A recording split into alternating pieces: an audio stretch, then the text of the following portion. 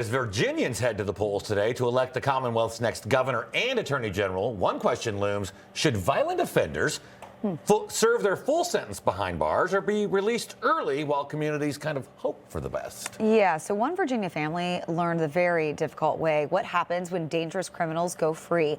A problem law enforcement warns will only grow if Abigail Spanberger and Jay Jones win. Newsmax crime correspondent Jason Mattera has this special report.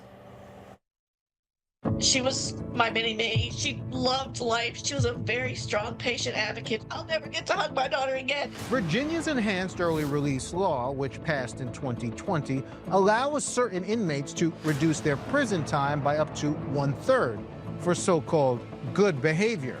Virginia Attorney General Jason Miyares says that this progressive-backed measure has unleashed thousands of high-risk offenders back into the community. More than 30% were rearrested in the first half of 2024 alone.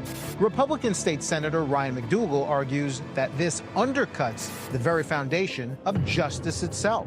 If you commit certain types of crimes, you should receive a certain type of sentence, and you should serve that sentence because it's protecting the community and it's protecting the victim. For families like Mindy Applewhite's, it comes down to right and wrong.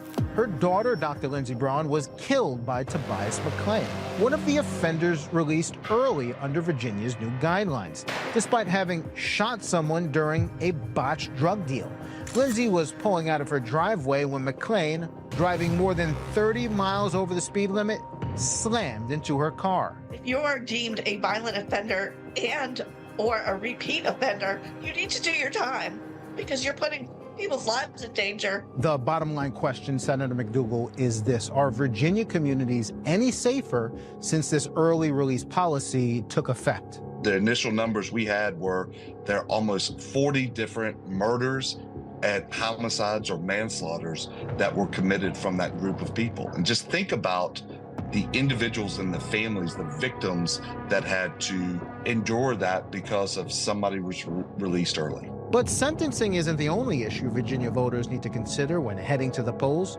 Law enforcement leaders say the next governor and attorney general will influence how effectively police can do their jobs. You can't have a safe community without a strong law enforcement organization there to protect you, to serve you. And that's being stripped away at every election, a little more and a little more. Voters now face a defining choice, whether to back candidates promising a tougher stance on crime or to stick with policies that many say have put public safety at risk.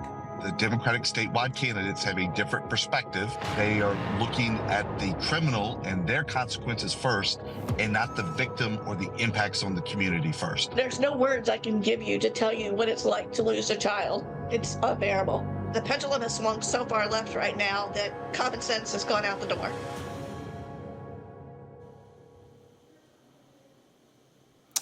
Mark Charlotte J. Jones voted for the very law that let the man who killed Mindy Applewhite's daughter walk free. So if he becomes Virginia's next attorney general, don't expect him to lift a finger to undo it. And as for Abigail Spanberger, she likes to posture as a pro-cop Democrat, but she's not about to buck her party on this one either. The far left is just philosophically opposed to punishing lawbreakers, and there's barely a whisper of dissent inside today's Democrat Party.